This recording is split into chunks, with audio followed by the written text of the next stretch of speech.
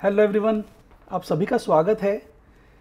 Market क्या लगता है कि इस वीकली एपिसोड में आज सैटरडे है 16 नवंबर और आज सुबह है हम ये एनालिसिस करने जा रहे हैं कि आने वाले सप्ताह में निफ्टी और बैंक निफ्टी में क्या गुंजाइश होगी, क्या एक्सपेक्टेशन होगा।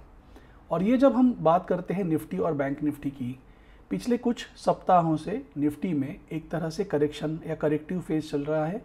बैंक निफ्टी में जो करेक्शन है वो उतना स्टीप नहीं है, उतनी तेज़ी से नहीं हो रहा है, उसमें थोड़ा सा साइडवेज एक ट्रेंड भी चल रहा है।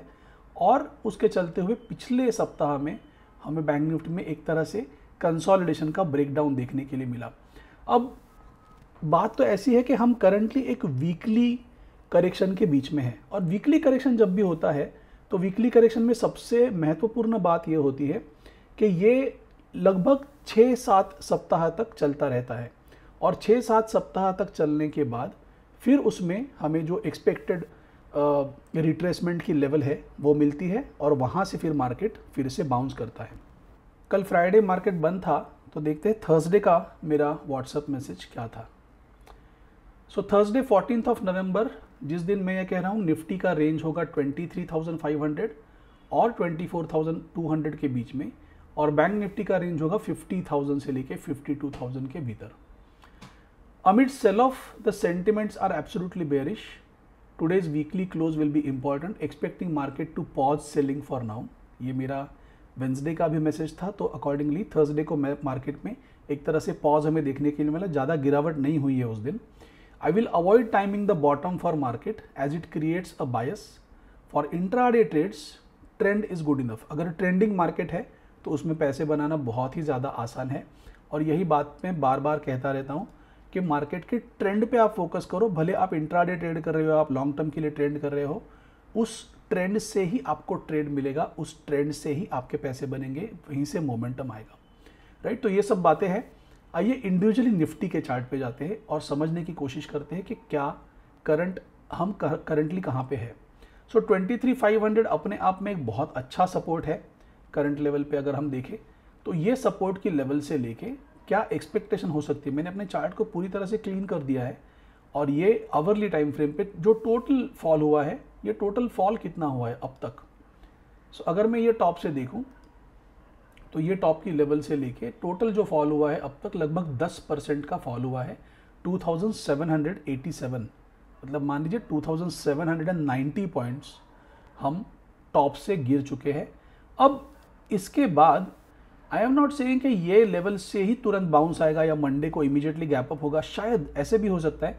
मेरे पास अब करंटली वीकली टाइम फ्रेम पे इंडाइसेस जो है ये ओवरसोल्ड जोन में है, तो उसका मतलब क्या होगा कि इस वीक में बाउंस आना चाहिए।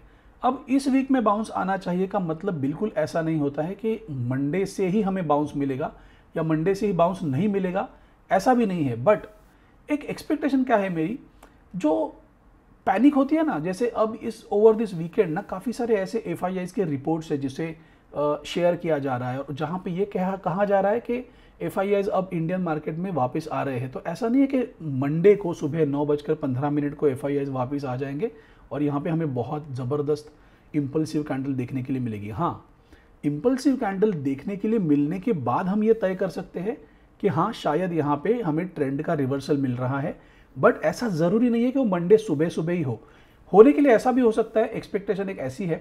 अब क्यों मैं ऐसे बात कर रहा हूँ, देखिए यहाँ पे हाँ, सो हम ये करंटली वीकली टाइम फ्रेम पे है, और यहाँ पे मेरे पास एक EMA है। मैं इसे चेंज करके I change it to 50 EMA, right. और ये 50 EMA जो है, सो 50 EMA के जो लेवल है निफ्टी के लिए वो है 23,224। सो 23,224 या 23,250 ये जो लेवल है, ये लेवल तक हमें आइडियली एक तरह से सपोर्ट, जो इम्पॉर्टेंट सपोर्ट लेवल है वो वहाँ पे है।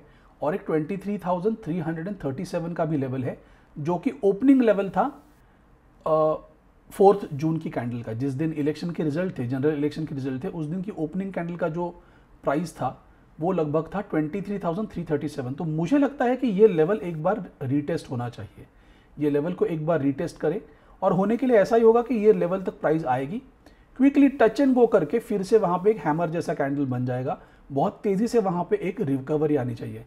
अब क्या होता है, ट्रेडर्स बुलिश या बेरिश एक बायस लेके चलते हैं और वहाँ पे हमेशा एक अनुमान ऐसे होता है कि कोई प्लेट में परोस के आपको ट्रेड नहीं देने वाला है, right. As a trader, as a retail investor trader, हमें ये बात को ध्यान में रखना है कि जो भी मेन मार्केट का ट्रेंड है उसके साथ हमें अपने आप को अलाइन करना है। तो ये बात को बहुत बहुत गौर से समझ लीजिए आप, बिकॉज यहाँ पे मेरा एक्सपेक्टेशन ऐसा है, मेरा अनुमान ऐसा है कि एक कैंडल आके it will test this level 23,224 को टेस्ट करेगी और फिर वहाँ से इमीडिएट रिकवरी आएगी। अब ये जो रिकवरी आने वाली है या ये जो रिट्रेसमेंट आने वाली है वो इम्पल्सिव होनी चाहिए। अगर वो रिकवरी इम्पल्सिव नहीं है तो शायद अभी तक करेक्शन ख़त्म नहीं हुआ है। ये रिकवरी इम्पल्सिव होनी चाहिए और बहुत ही तेज़ी से, मेरे ख्याल से इस वीक में ही हमें एटलीस्ट ये हाफ वे तक प्राइस टेकआउट करना चाहिए। मतलब लगभग हम मान लीजिए 23,900 23,800 के आसपास ये प्राइस हमें मूवमेंट प्राइस का मिलना चाहिए। मतलब तो यहाँ से मेरा एक्सपेक्टेशन ऐसे होगा कि बहुत क्विकली हम 200 पॉइंट नीचे चले जाए और उतनी तेज़ी से हम ऊपर भी आ जाए। ऊपर आने के बाद लगभग एक 23,500 600 700 के पास एक कुछ कंसोलिडेशन करके फिर हम इस लेवल को ब्रेक करके ऊपर सेटल हो जाए, ऐसा एक एक्सपेक्टेशन होगा। इस तरह से कुछ एक्शन थोड़ा यूफोरिक, कुछ इम्पल्सिव टाइप ऑफ एक्शन होना चाहिए और ये इम्पल्सिव एक्शन ही एक तरह से प्रूव करेगा कि हाँ, अब ये रिट्रेसमेंट का जो बाउंस है, वो जो हमें एक्सपेक्टेड है, वो बाउंस हमें यहाँ पे देखने के लिए मिल सकता है।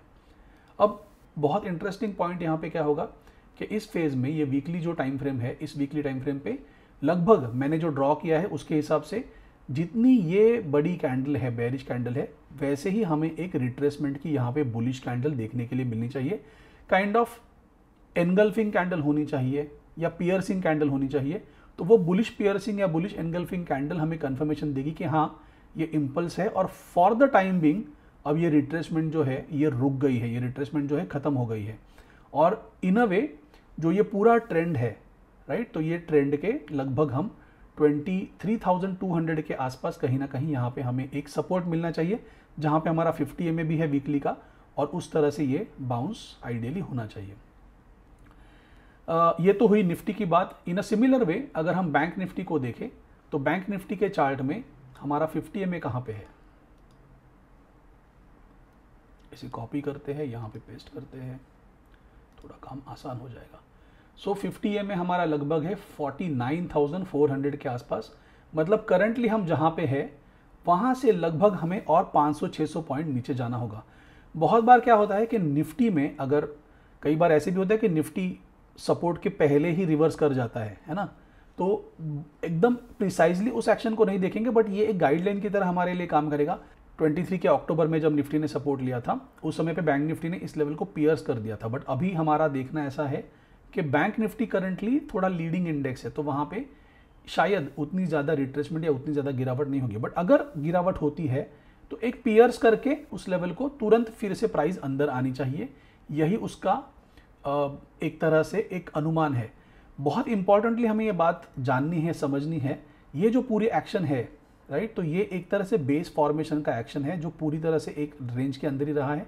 अगर ये बेस फॉर्मेशन है, यहाँ पे बॉटम ऑलरेडी बन चुका है बैंक निफ्टी का, तो फिर हमें बहुत तेज़ी से, बहुत क्विकली प्राइस यहाँ से ऊपर बढ़ती हुई देखने के लिए मिलनी चाहिए। बैंक निफ्टी अगर हम देखें जाहिर तौर पे एक तरह से ये रेंज के भीतर ही है अभी भी, तो ये एक साइडवेज रेंज है। जब तक इसका ब्रेकआउट हमें नहीं मिलता है या जब तक हमें 52,500 के ऊपर या ये 677 का जो लेवल था, इस लेवल के ऊपर जब तक हमें ब्रेकआउट नहीं मिलता है तब तक हम इसे ट्रेंडिंग नहीं मान सकते हैं। Will need a breakout.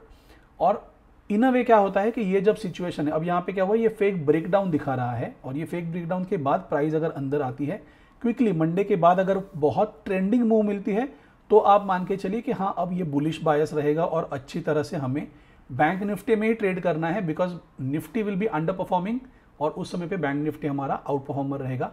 तो उसका हमें एडवांटेज लेना है और ये ट्रेंड हमारे लिए बहुत बहुत हेल्पफुल रहेगा। फर्स्ट टारगेट की अगर हम बात करें तो इस पूरे फॉल का 50% का जो लेवल है वो हमारा फर्स्ट टारगेट होगा।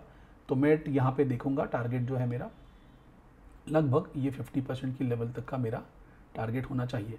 अगर यहाँ से फॉल होता है, जैसे मैंने कहा कि मंडे को सुबह एक फॉल आएगा, ये एक गिरावट यहाँ पे आएगी, वो गिरावट ज़रूर आएगी, लेकिन उस गिरावट के बाद भी मैं बेयरिश ट्रेड के लिए कोशिश नहीं करूँगा। मैं रुकूंगा, इंतज़ार करूँगा, और जब वहाँ से रिट्रेसमेंट मिलेगी, जब वो बाइंग पोजीशन में आ जाएगा, तब मैं वहाँ पे बाय करने के बारे में सोचूंगा, या वहाँ से मैं बाइंग करने की कोशिश करूँगा अगर ट्रेंड का सिग्नल मुझे मिलता है तो। राइट, तो ये बातों को ध्यान में रखिए, और ज़रूर मुझे बताइए कि आपके व्यू, कुछ लेवल्स आपकी और एडिशनल है, कुछ और फीचर्स आप देखते हो, कुछ चीज़ों को आप देख के फिर उसके बेसिस पे आप डिसाइड करते हो कि यहाँ से ट्रेंड का रिवर्सल होगा, तो बात भी मुझे ज़रूर शेयर कीजिए कमेंट बॉक्स में। Thank you for watching this video. I am signing off. Bye bye.